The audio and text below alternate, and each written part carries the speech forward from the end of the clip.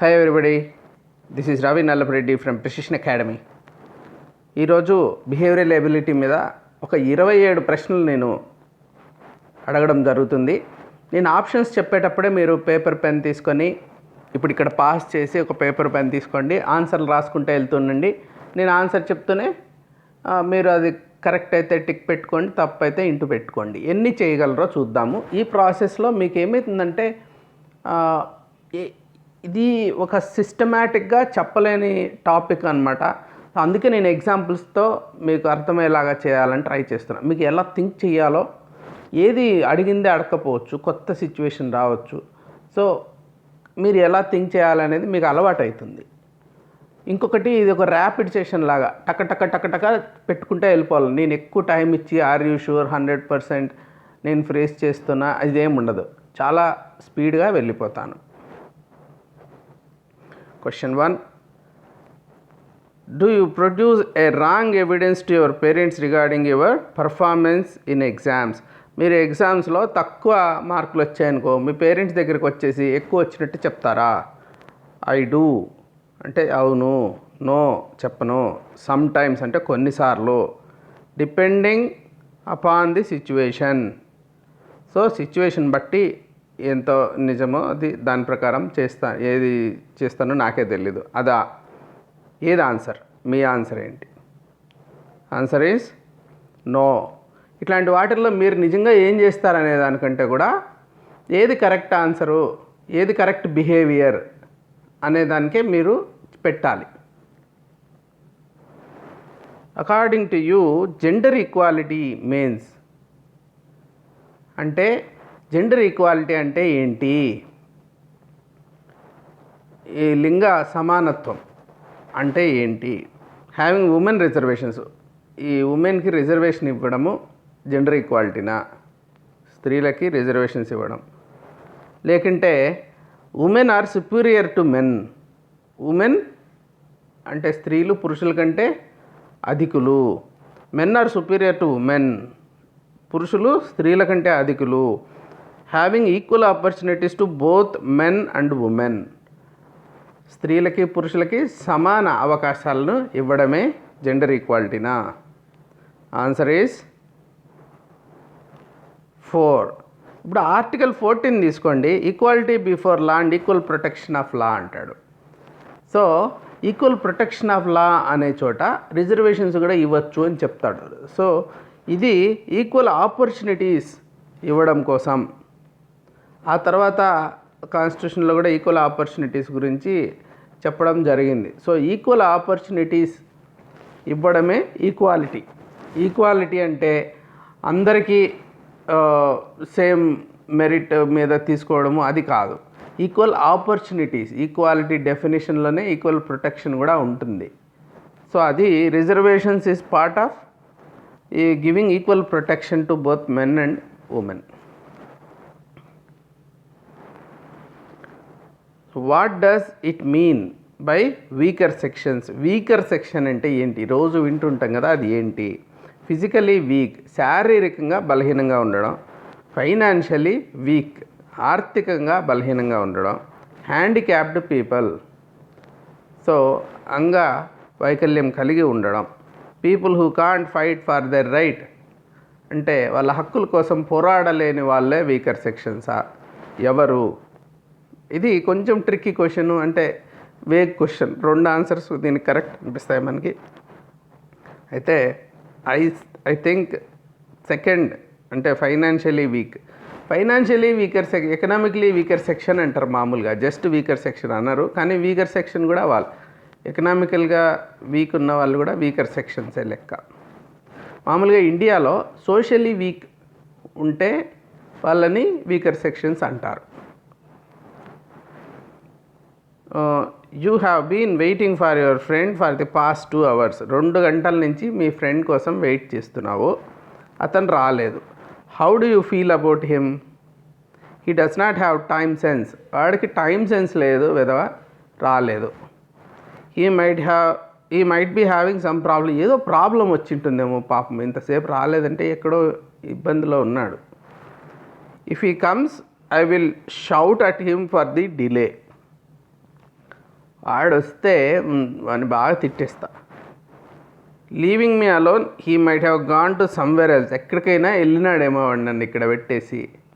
నిజానికి ఇవి ఆ ఫ్రెండ్ నేచర్ని బట్టి ఉంటుంది. మామూలుగా వాడు ఎట్లాంటి టైం సెన్స్ ఉన్నవాడా, ఇక్కడ పెట్టేసి ఇంకో చోటుకి పోయేటోడా అనేది, మంచోడా.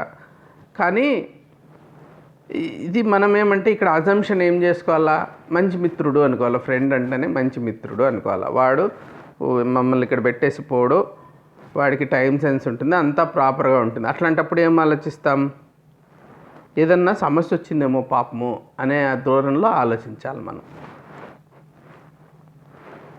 Do you return the money to the owner when it fell down from his her pocket. ఎవరో ఉంటారు, జోబులో నుంచి ఏదో సెల్ ఫోన్ తీస్తారు, డబ్బులు కింద పడిపోతాయి, చూసుకోరు. అప్పుడు మీరేం చేస్తారు, ఆ పాకెట్ డబ్బులు అతనికి ఇచ్చేస్తారు, ఆ పడిపోయిన డబ్బులు. ఎస్, ఆల్వేస్, అవును, ప్రతిసారి ఎక్కడట్లా జరిగినా ఇచ్చేస్తాను. నో ఐ కాంట్, లేదు నేను ఇవ్వలేను. సమ్ టైమ్స్ అంటే కొన్నిసార్లు ఇస్తాను, కొన్నిసార్లు లేను. ఎక్కువ డబ్బులు ఉంటే జోబులో పెట్టుకుంటా, తక్కువ ఉంటే ఇచ్చేస్తాను. మోస్ట్ ఆఫ్ ది టైమ్స్ చాలాసార్లు ఇస్తాను. వీటన్నిటిలో అప్రాపరియేట్ బిహేవియర్ ఏది? 1. Yes, always. అంటే మనం honest is the best policy. మనమేం చేస్తామని కాకుండా ఏది ఐడియల్ థింగ్ ఇచ్చేయాలి కదా, అది రాయాలి. When 2 persons are quarrelling with each other you will run away from there. ఇద్దరు కొట్టుకుంటున్నారు, మీరు అక్కడి నుంచి పారిపోతారా త్వరగా? జాయిన్ వన్ సైడ్, ఏదో ఒక సైడ్ వెళ్తారా? పాసిఫై 2 persons, వాళ్ళిద్దరిని కూడా కొంచెం పాసిఫై చేస్తారా? కొట్టుకోకుండా ఎందుకు, రిజాల్వ్ చేసుకోండి, డెమోక్రటిక్ అంటారా? కాల్ పోలీసులకు ఫోన్ చేస్తారా? 3. Pacify 2 persons. అక్కడి నుంచి పారిపోతాం మామూలుగా, మనకెందుకు వచ్చిన గొడవ, ఏం సంబంధము అనేసి. కానీ ఇదంతా న్యాయం ఏదుంటే ఆ పక్కకు పోవచ్చు, ఇవన్నీ కరెక్టేమో అనిపిస్తాయి మనకి. కానీ పాసిఫై 2 personsే కొట్టుకోవద్దండి అని చెప్పడమే. ఫిజికల్గా క్వారలింగ్ అది మంచిది కాదు కాబట్టి రిజాల్వ్ చేసుకోవాలి కూర్చొని. అవసరం అనుకుంటే వాళ్ళే పోలీస్ స్టేషన్కి వెళ్ళి కంప్లైంట్ చేసుకోవాలి, అది రైట్ అన్నమాట. Children of successful and well to do parents often do not perform well in studies. Why? ఈ సిక్కిం ఎస్ఐ ఎగ్జామ్లో అడిగారు ఇది. చిల్డ్రన్ బాగా డబ్బులుండి మంచి రిచ్ పేరెంట్స్ ఉంటారు, వాళ్ళ పిల్లలు అంత సక్సెస్ఫుల్ కారు. ఏదో డ్రగ్స్కి అలవాటు అయిపోయో, లేకుంటే పూర్ పర్ఫార్మెన్స్, గాలికి తిరుక్కుంటూ ఏదేదో అడిక్షన్స్ తీసుకొని, లేకుంటే బైక్లు వేసుకొని ఓఆర్ఆర్లో తిరుక్కుంటూ కనిపిస్తారు. మరి ఎందుకు అలా జరుగుతుంది అనేది ఇక్కడ ప్రశ్న. A, because parents are unable to give enough time and attention to their children. వాళ్ళ పిల్లలకి సరైన సమయము, అటెన్షన్, వాళ్ళు ఏం చేస్తున్నారు అనే అబ్జర్వేషన్ అవి ఉండవు, సరిపోదు వాళ్ళకి టైం. ఎందుకంటే రిచ్ పేరెంట్స్ వాళ్ళ బిజీలో వాళ్ళు ఉంటారు. Because the parents of successful parents are very demanding in time and effort. వాళ్ళకి సక్సెస్ఫుల్ పేరెంట్స్ అనేసరికి వాళ్ళకి టైం అనేది చాలా ప్రెస్సింగ్ ఉంటుంది, చాలా కష్టం. ఏదో ఇంపార్టెంట్ వర్క్స్ ఉంటాయి వాళ్ళకి. వీటిలో ఏది కరెక్టు? ఏ అండ్ బి రెండు కరెక్టా? To stand rooted to the ground, అది కరెక్టా? ఆన్సర్ వచ్చి సి, రెండు కరెక్ట్. వాళ్ళకి అటెన్షన్ ఇవ్వలేరు, టైం ఉండదు. దానికి కారణం కూడా చెప్పాడు, సక్సెస్ఫుల్ పేరెంట్స్కి demanding in time and effort. 8th question, spot the emotion that does not belong to the group. ఇక్కడ ఒక 4 ఎమోషన్స్ చెప్తాము, వాటిల్లో ఆడ్ 1 అవుట్. లాఫర్, నవ్వడము, హ్యాపీనెస్, సంతోషం, రేజ్, చాలా ఎక్కువ కోపం, ప్లెజర్, సుఖం. వీటిల్లో ఏది ఆడ్? రేజ్, కోపం. మిగిలినదంతా కొంచెం పాజిటివ్ ఎమోషన్స్. ఇది రేజ్ అనేది కొంచెం నెగిటివ్ ఎమోషన్ కింద వస్తుంది. My dash friend is my friend. Friends friend, నా స్నేహితుడి యొక్క స్నేహితుడు నా స్నేహితుడు. లేదా నా ఎనిమీస్ ఫ్రెండ్, నా ఎనిమీ యొక్క స్నేహితుడు నాకు స్నేహితుడు. Neighbours friend is my friend. Brothers friend, మా అన్న లేక తమ్ముడి యొక్క ఫ్రెండ్ నాకు ఫ్రెండ్. వీటిల్లో ఏది more appropriate? My friend's friend is my friend. Friend యొక్క ఫ్రెండ్స్ మనకు కూడా ఫ్రెండ్స్ అయిపోతారు, మనం కూడా ఫ్రెండ్స్ లాగా కలుపుకొని తిరిగేస్తుంటాం. My friend's enemy is my dash relation. నాకు బంధువా? నా ఫ్రెండ్ యొక్క శత్రువు, మా మిత్రుడి యొక్క శత్రువు నా బంధువా? లేకుంటే friend's enemy is my friend. ఒక ఫ్రెండ్ యొక్క ఎనిమీని మనం ఫ్రెండ్ లాగా చూస్తామా? My friend's enemy is my enemy. My friend's enemy is my neighbour. Neighbour ఎందుకు నైబర్? ఎట్లా? మన ఫ్రెండ్ యొక్క ఎనిమీని మనం కూడా ఎనిమీ లాగానే చూస్తాం. సో ఒక ఫ్రెండ్ యొక్క ఫ్రెండ్ని ఫ్రెండ్ లాగా చూస్తాం, ఫ్రెండ్ యొక్క ఎనిమీని ఎనిమీ లాగా చూస్తాం, కాబట్టి ఫ్రెండ్ లాగా ఉంటారు వాళ్ళు. మన యొక్క ఫ్రెండ్ యొక్క ఎనిమీని కూడా మనం ఫ్రెండ్షిప్ చేస్తే వాళ్ళతో ఎట్లా ఫ్రెండ్గా ఉంటాం? సో ఈ నైబరు, రిలేషన్షిప్ ఇవన్నీ స్పెసిఫిక్ సిచ్యువేషన్లో ఉండొచ్చు, కానీ ఇక్కడ జనరిక్గా అడిగారు. You are a responsible citizen. Your country is facing war. What is your foremost duty? నువ్వు ఒక చాలా బాధ్యత గల పౌరుడివి. నీ దేశము ఒక యుద్ధంలో ఉంది. అప్పుడు ఏం చేస్తావు నువ్వు? రూమర్స్ స్ప్రెడ్ చేస్తావా? 1 2 క్రియేట్ ఫ్రిక్షన్, గొడవలు ఏమన్నా పెడతావా? To SIT at home for protection, ఇంట్లో కూర్చుంటావా ప్రొటెక్షన్ కోసం? టు మెయింటైన్ యూనిటీ, అందరిలో ఐకమత్యాన్ని. ఇప్పుడు 2 మతాల మధ్యలో కానీ లేకుంటే ఏదన్నా కొన్ని వర్గాల మధ్యలో కానీ గొడవలు అవుతుంటే వాటిలో ఐకమత్యాన్ని పెంచడానికి ట్రై చేస్తావా? రెస్పాన్సిబుల్ సిటిజన్ అన్నాడు కాబట్టి వాడు ఏం చేస్తాడు? మెయింటైన్ యూనిటీ, సమైక్యత. అది మనము ఫండమెంటల్ డ్యూటీస్లో కూడా ఉంది. ఇది మన బాధ్యత. యుద్ధం సమయంలోనే కాదు, ఎప్పుడైనా కానీ దేశ సమగ్రత కాపాడాలా అని. Question 12. You are being offered the purchase of departmental store selling general merchandise. Departmental store అమ్ముకుంటున్నారు, వాళ్ళు జనరల్ మర్చెంటైజ్ అన్నీ అక్కడ అమ్ముతారనమాట, సరుకులన్నీ. What should be your foremost action before you actually strike the deal. అక్కడ కొనే ముందు నువ్వేం చేస్తావు? Argue for a good bargain. పోయి మంచి బార్గెయిన్ కోసం, ఇదంతా ఎందుకు అవుతుందండి, ఇంత కాదు అంతకేంటి, అట్లా మాట్లాడతావా? అప్లై ఫర్ లోన్స్, దడదడ పరిగెత్తుకుంటా పోయి లోన్స్ కోసం అప్లై చేసుకుంటావా? డబ్బులు కావాలి కదా కొనాలంటే. Survey the neighbourhood for demand versus supply relationship. ఓహో, ఇక్కడ ఇన్ని అమ్ముతున్నాము, ఇంత డిమాండ్ ఉంది, ఇవి స్టడీ చేస్తావా? Start purchasing more stocks. అక్కడికి వెళ్ళి ఎక్కువ స్టాక్ కొనేస్తావా? వీటిల్లో ఏది నువ్వు చేస్తావు? ఏదైనా తొందరపడకుండా ఫస్ట్ డిమాండ్ ఎట్లుంది, అక్కడ ఏం సప్లై చేస్తున్నాము, ఇవి చూసుకోవాలి. Question 13. You arrive at the site of a road accident that has just occurred. ఇప్పుడే ఒక రోడ్ యాక్సిడెంట్ జరిగింది, అక్కడికి నువ్వు వచ్చావు. ఒక పర్సన్ వాళ్ళల్లో, ఒక క్రౌడ్లో make false accusations and blame you for hurting the victim. అక్కడ పడిపోయినాడు కదా, అవన్నీ నువ్వే హర్ట్ చేసావు, నువ్వే యాక్సిడెంట్ చేసావు అని చెప్పి ఒకడు అంటుంది. అప్పుడు నీ ఫోర్మోస్ట్ డ్యూటీ, ఫోర్మోస్ట్ అన్నాడు. అప్పుడు చాలా ఇంపార్టెంట్, నువ్వు చేయాల్సిన పని ఏంటి?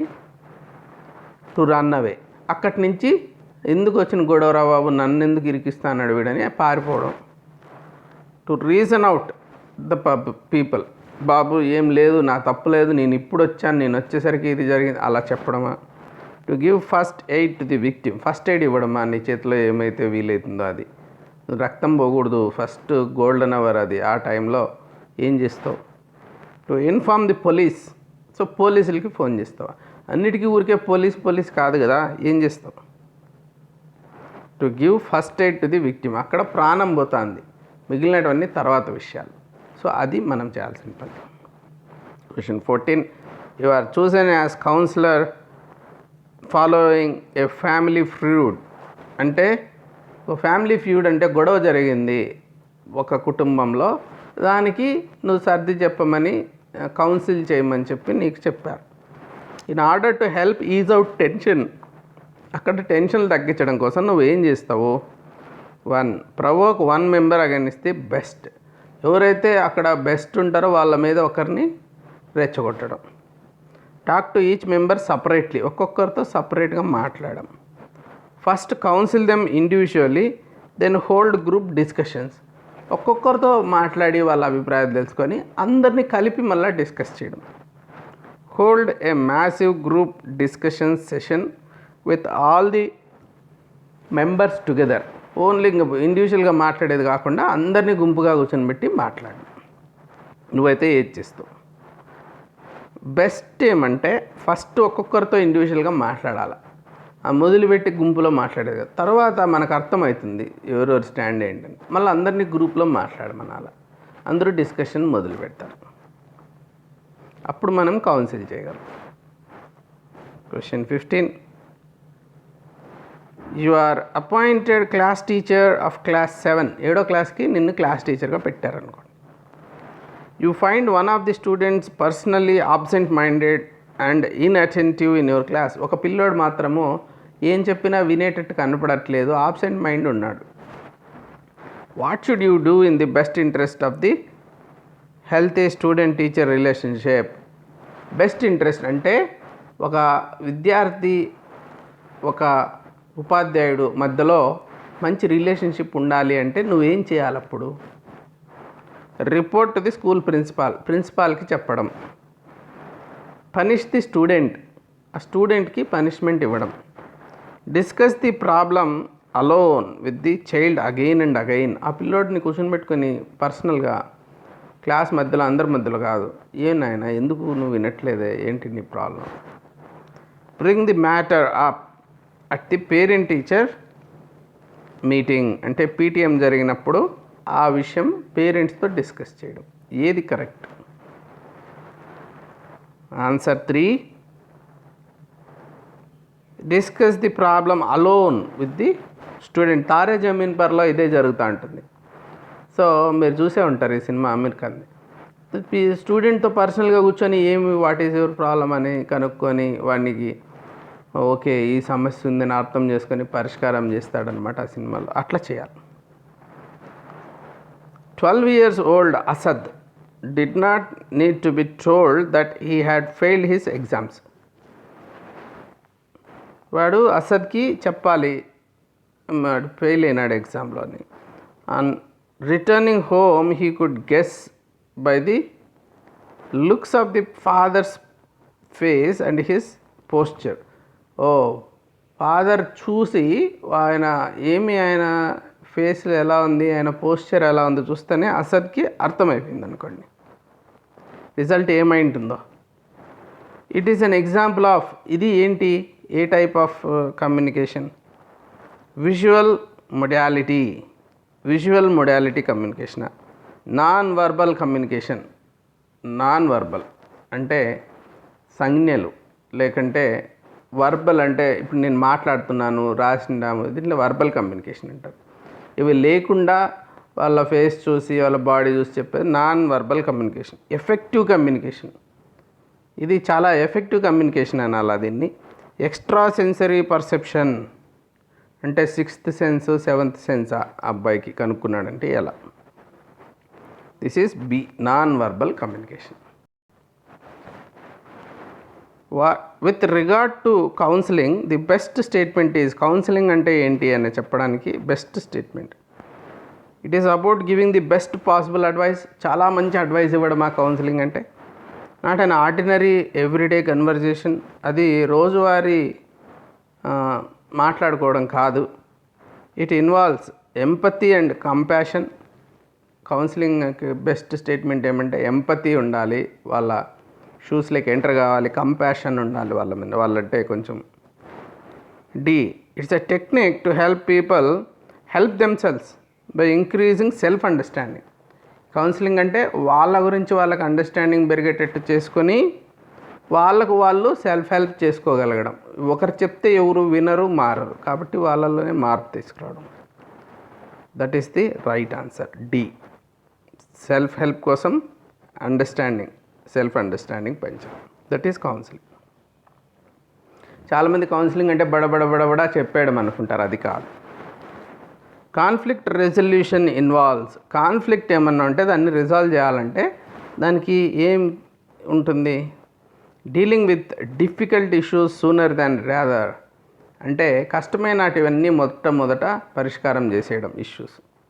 రెగ్యులర్ ఫిజికల్ ఎక్సర్సైజ్, కాన్ఫ్లిక్ట్ రెజల్యూషన్కి ఫస్ట్ ఫిజికల్ ఎక్సర్సైజ్ చాలా ముఖ్యము. నాట్ ఎక్స్ప్రెసింగ్ యువర్ ఎక్స్పెక్టేషన్స్, మన ఎక్స్పెక్టేషన్స్ ఏంటో చెప్పకుండా ఉండడమే కాన్ఫ్లిక్ట్ రెజల్యూషన్లో ముఖ్యమైన విషయము. Giving vent to feelings by debates and arguments. So ఈ కాన్ఫ్లిక్ట్ రెజల్యూషన్లో డిఫికల్ట్ ఇష్యూస్ ఏమన్నా ఉంటే ఫస్ట్ వాటిల్నంతా ఒకటొకటే రిజాల్వ్ చేసుకుంటా పోతే కాన్ఫ్లిక్ట్ అనేది ఎండ్ అయిపోతుంది. ఇది కొంచెం ఏదన్నా ఆన్సర్ పెట్టచ్చు అనే టైప్ ఇది. Question 19, which of the following ethical issues form the foremost part of Hippocratic oath? Hypocrisy కాదు ఇది, Hippocratic oath. Confidentiality, ethical issues ఏవి ఉన్నాయి వీటిల్లో హిపోక్రాటిక్ ఓత్లో అంటే కాన్ఫిడెన్షియాలిటీ ఉంది. సెక్షువల్ బౌండరీస్, అంటే ఎవరు ఏం పని చేయాలనే బౌండరీస్. అడ్వర్టైజింగ్, బ్రైబరీ అంటే లంచాలు తీసుకోవడం గురించి. ఇది A confidentiality. One of the oldest binding documents in history, the oath written by Hippocrates. Hippocrates అని ఆయన రాసిండే ఓత్ ఇది. మనం ఓత్ అని చదువుతాం చూడండి, భారతదేశం నా జన్మభూమి, భారతీయులందరూ నా సహోదరుల, ఆ టైప్ అనమాట ఇది. హిపోక్రాట్స్ అని ఆయన రాసిండేది. టు ట్రీట్ ది, అంటే డాక్టర్స్ కోసం రాశారు, physicians. To treat the ill to the best of one's ability, ఏదన్నా జబ్బు ఉంటే అది నీ బెస్ట్ ఎబిలిటీస్తో దాన్ని డీల్ చేస్తావని. To preserve A patients privacy, పేషెంట్కి ఒక ప్రైవసీ ఉంటుంది. ఇంకా నీకు ఆ ఇన్ఫర్మేషన్ తెలిసింది కదా పేషెంట్ గురించి అంటే అని అందరికీ పబ్లిసిటీ చేయకూడదు. To teach the secrets of medicine to the next generation, next వాళ్ళకి నేను నా దగ్గరే పెట్టేసుకుంటా ఇదంతా అనుకుంటా చెప్పాలి, అండ్ సో ఆన్. ఇట్లాంటివన్నీ ఉన్నాయి. వాటిల్లో ప్రైవసీ అన్నాడు కదా, అదే confidentiality. A. Question 20, A female patient comes to the doctors clinic wearing revealing clothes, అంతా కనపడేలాగా అంతా క్లోజ్ చేసుకొని ఒక లేడీ వచ్చింది డాక్టర్ దగ్గరికి. Doctor gent. She comes up very close to the doctor and starts asking him personal questions. దగ్గరకు వచ్చి personal questions అడగడం మొదలుపెట్టింది డాక్టర్ని. సెడ్యూసివ్ టోన్, అంటే చిన్నగా డాక్టర్ అనుకుంటూ అడుగుతోంది. ఆమె వచ్చింది ఒక పేషెంట్ అయితే ఆమె సమస్య చెప్పాలి, కానీ ఇతని పర్సనల్ డీటెయిల్స్ అడగడము, దగ్గరకు వచ్చి మాట్లాడడం, రివీలింగ్ క్లోజ్ చేసుకోవడం చేసింది. అప్పుడు ఏం చేయాలి డాక్టర్? మీరే డాక్టర్తో ఏం చేస్తారు? రిఫ్యూజ్ టు ఎగ్జామిన్ హర్, నేను నిన్ను చూడనమ్మా వెళ్ళిపో అని చెప్పడం. కాల్ ఏ నర్స్ని పిలవడం. Use open ended questioning technique, open ended questions అడిగి ఆమెను జనరల్గా మీ గురించి మీరు చెప్పండి, ఇట్లాంటి ఓపెన్ ఎండెడ్ క్వశ్చన్స్, మీ పేరు ఏమి అని కాకుండా. సో కొంచెం ఓపెన్ ఎండెడ్ క్వశ్చన్స్ అడుగుతూ పోవడం. Ask about her personal life, మీరు కూడా ఆమె పర్సనల్ లైఫ్ ఏంటి, ఆమెకి పెళ్ళయిందా, పిల్లలు ఉన్నారా, బాయ్ ఫ్రెండ్స్ ఉన్నారా, ఇట్లా అడగడం. ఏది మీరు చేస్తారు ఆర్ ఏం చేస్తారు కంటే కూడా ఏది ఐడియల్ అనేది మనం రాయాలి. B, call a nurse. అప్పుడు నర్స్ని పిలిచామనుకో, ఈ లేడీ కదా ఆమె వచ్చి చూసుకుంటుంది, ఇంకా ఎక్కువ గొడవ లేదు మనకి. సో నర్స్ని పిలిచి, నర్స్ ఈమెకి బీపీ చెక్ చేయండి, అది చేయండి అని చెప్పేస్తే ఇంకా నర్స్ వచ్చిన తర్వాత ఇవన్నీ ఆగిపోతాయి. Question 21, behavioural modification involves. ఒక వ్యక్తి యొక్క బిహేవియర్ మార్చాలంటే ఏం చేయాలి? సాల్వింగ్ ప్రాబ్లమ్స్ త్రూ ఇన్సైట్, వాళ్ళ మంచి సునిశ్చిత దృష్టితో ప్రాబ్లమ్స్ అన్నిటినీ పరిష్కారం చేస్తే బిహేవియర్ మారుతుందా?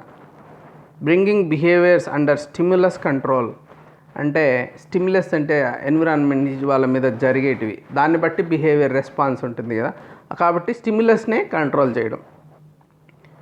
Demonstrating learning in the absence of reinforcement అంటే రీఇన్ఫోర్స్మెంట్ లేకుండా లెర్నింగ్ చేయడం. Application of learning principles to change behaviour. So learning principles కొన్ని ఉంటాయి, ఎట్లా చదువుకోవాలని, ఎట్లా నేర్చుకోవాలని, కొత్త విషయాలు ఎలా తెలుసుకోవాలని, వాటిని అప్లై చేయడం ద్వారా వాళ్ళ యొక్క బిహేవియర్లో మార్పులు తీసుకురావడం. D, application of learning principles. అట్లా చేస్తే తప్పించి మార్పులు రావు, వాళ్ళు ఏదో లెర్నింగ్ చేయాలి. 22. The best example of verbal communication skills is. So ఇంతకుముందు నాన్ వర్బల్ చెప్పాను, ఇప్పుడు వర్బల్ కమ్యూనికేషన్కి ఏది బెస్ట్ ఎగ్జాంపుల్? గుడ్ వెకాబులరీ, మంచి వర్డ్ పవర్ మీ దగ్గర ఉంటే వర్బల్ కమ్యూనికేషన్ ఇంప్రూవ్ అవుతుందా?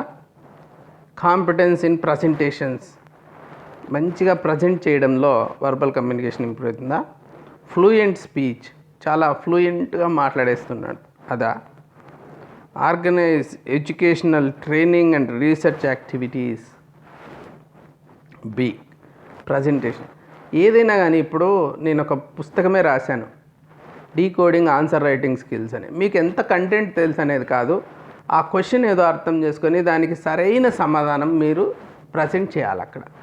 So how you present your answer in the exam is most important than accumulating knowledge. అది కాదు.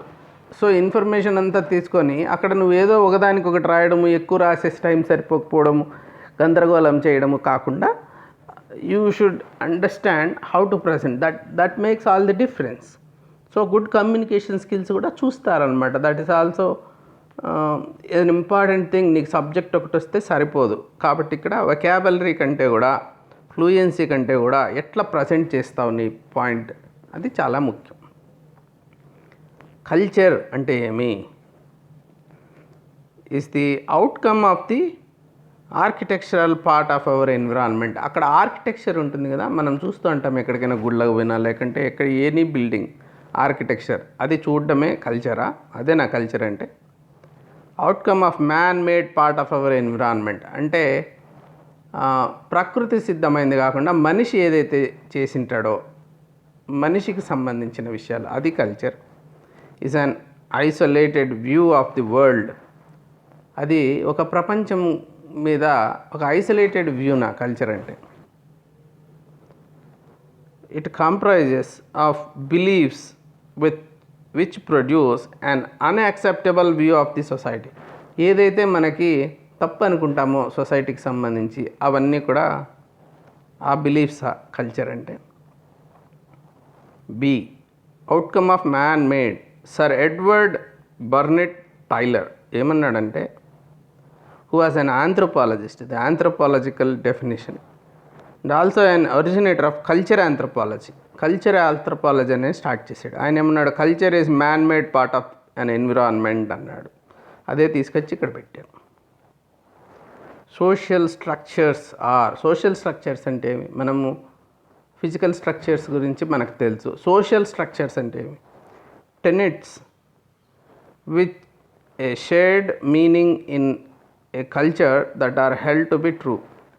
ఏవైతే బేసిక్గా సొసైటీ కొన్ని టెనెట్స్ ఉంటాయి, కొన్ని బేసిక్ అండర్స్టాండింగ్స్ ఉంటాయి, లేకుంటే ఒపీనియన్స్ ఉంటాయి, అవే those aspects of a culture that are held in high regard or desirable and therefore worthy of emulation. అంటే ఏవైతే మళ్ళా ఫాలో కావాలో మనము కొన్ని మంచివి అనుకుంటామో అవా సోషల్ స్ట్రక్చర్ అంటే. Principles of right and wrong actions and the rules and laws that govern the acceptable and unacceptable behaviour. ఏ ప్రిన్సిపల్స్ అయితే ఏది తప్పు ఏది కరెక్ట్ అని చెప్తాయో అవే. Methods of placing people in social strata అంటే వీళ్ళు చాలా ఉన్నతమైన వర్గము, వీళ్ళు ఇలాంటి తర్వాత వర్గము, వీళ్ళు చాలా నిమ్న జాతి వాళ్ళు, తక్కువ వర్గం వాళ్ళు, ఇట్లా చెప్పడమా? Yes, that is the answer. ఎందుకంటే సోషల్ స్ట్రక్చర్ అంటే ఇప్పుడు first floor, second floor, third floor అంటే ఇక్కడ బ్రాహ్మణులు, ఇక్కడ వైశ్యులు, ఇక్కడ క్షత్రియులు, ఇక్కడ శూద్రులు, ఇక్కడ పంచములు, ఇట్లా డివైడ్ చేశారు కదా. That is called structure, social structure. లేదా ఇప్పుడు అమెరికాకి వెళ్తారు, అక్కడ వేరే రకంగా డిఫైన్ ఏంటుంది. లేకంటే జర్మనీకి వెళ్తాం, అక్కడ ఆరియన్స్ వేరే, నాన్ ఆరియన్స్ అట్లా వచ్చేస్తుంది. రేస్ బేస్డ్, కొన్ని చోట్ల క్యాస్ట్ బేస్డ్, కొన్ని చోట్ల క్లాస్ బేస్డ్, రిచ్ పూర్ అట్లా డివైడ్ అయి ఉంటారు. అవి those are called social structures. 25 question. Modelling అంటే ఏంటి? ఒక మోడల్ అంటే ఏంటి అంటే is a form of dealing that occurs when two stimuli that are paired presented together become associated with each other. రెండు స్టిమ్యులస్ అంటే ఒక బయట నుంచి జరిగే ఒక ప్రేరణ, ఒక సంఘటన అనుకోండి, స్టిమ్యులస్ అది. అలాంటివి రెండింటిని కంపేర్ చేసి ప్రజెంట్ చేసి టుగెదర్ డీల్ చేయడమే మోడలింగ్. ఇక్కడ మీకు అర్థమవుతూ ఉంటుంది. మోడలింగ్ అంటే మామూలుగా మోడల్స్ వస్తారు, వాళ్ళు ర్యాంప్ వాక్ చేస్తూ పోతుంటారు కదా, ఆ మోడలింగ్ కాదు ఇక్కడ మాట్లాడుతుండేది. వేరే ఒక మోడల్స్ గురించి మాట్లాడుతున్నాడు. Is observational form of learning. Modelling అంటే ఓహో ఈ రకంగా ఒక మోడల్ ఎక్స్ప్లెయిన్ చేస్తేనే దాని గురించి మనం అర్థం చేసుకోవడం అనమాట. లెర్నింగ్కి ఒక మోడల్ అది. Occurs when a behaviour is determined by the consequences for the individual.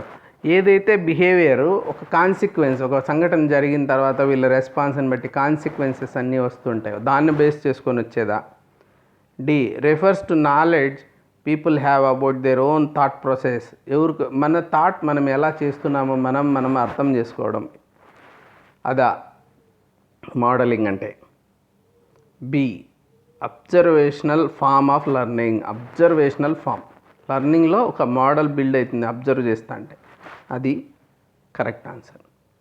26 emotionally intelligent person can. ఒక ఎమోషనల్ ఇంటెలిజెన్స్ ఎక్కువ ఉన్నవాడు ఏం చేయగలడు? యాక్యురేట్లీ పర్సీవ్ ఎమోషన్స్ క్లియర్గా అర్థం చేసుకుంటాడు. థింగ్స్ వితౌట్ ఎమోషన్స్ అంటే ఎమోషన్స్ లేకుండా జీరో ఎమోషన్స్తో డెసిషన్స్ తీసుకోవడం. డిస్రిగార్డ్స్ ఎమోషనల్ మీనింగ్. ఎమోషనల్ అనే కాంపోనెంట్ని వదిలేయడం, వేరే రకంగా ఆలోచిస్తాడు. As difficulty in managing own emotions. వాడికి ఎమోషన్సే వాడు మేనేజ్ చేసుకోలేడు. ఏది కరెక్టు? ఏ. వాడికి ఎమోషన్స్ వాడు మేనేజ్ చేసుకోలేకుంటే అవన్నీ ఇంటెలిజెంట్ అని అనలేం కదా ఎమోషనల్గా. సో యాక్యురేట్లీ పర్సీవ్, ఏదైనా ఫస్ట్ అర్థం చేసుకోవడం ముఖ్యం. మన ఎమోషన్స్ కావచ్చు, ఎదుటి వ్యక్తి ఎమోషన్స్ కావచ్చు, అర్థం అంటూ చేసుకోలేకపోతే హ్యాండిల్ చేయలేము. Confidentiality can be breached when the patient does not listen to the doctor. Patient doctor మాట వినలేదనుకో, అప్పుడు కాన్ఫిడెన్షియాలిటీని బ్రేక్ చేయొచ్చా? ఇంతకుముందు హిపోక్రటిక్ ఓత్లో కాన్ఫిడెన్షియాలిటీ మెయింటైన్ చేయాలి డాక్టర్స్ అని చెప్పాను. సో ఏ సిచ్యువేషన్స్లో చేయక్కర్లేదంటే when financial resources are scarce and patient is not compliant. డబ్బులు లేవు పేషెంట్ దగ్గర, ప్రాబ్లమ్స్ ఉన్నాయి, అప్పుడు చేయొచ్చా? When a patient authorizes to do so. సరే మీరు ఇన్ఫర్మేషన్ ఎవరితో అయినా పంచుకోవచ్చు అని పేషెంట్ చెప్పినప్పుడు చేయొచ్చా? For a patient who requires invasive treatment. ఒక ఇన్వేజివ్ ట్రీట్మెంట్ సర్జరీ చేయాలి అతనికి, అప్పుడు చేయొచ్చా confidentiality breach? C when a patient authorizes to do so. Patient authorize చేసాడనుకో చేసుకోండి అని, అప్పుడు చేసుకోవచ్చు, ఇంకేముంది అంతకంటే ఏం కాదు. So with this I conclude this session.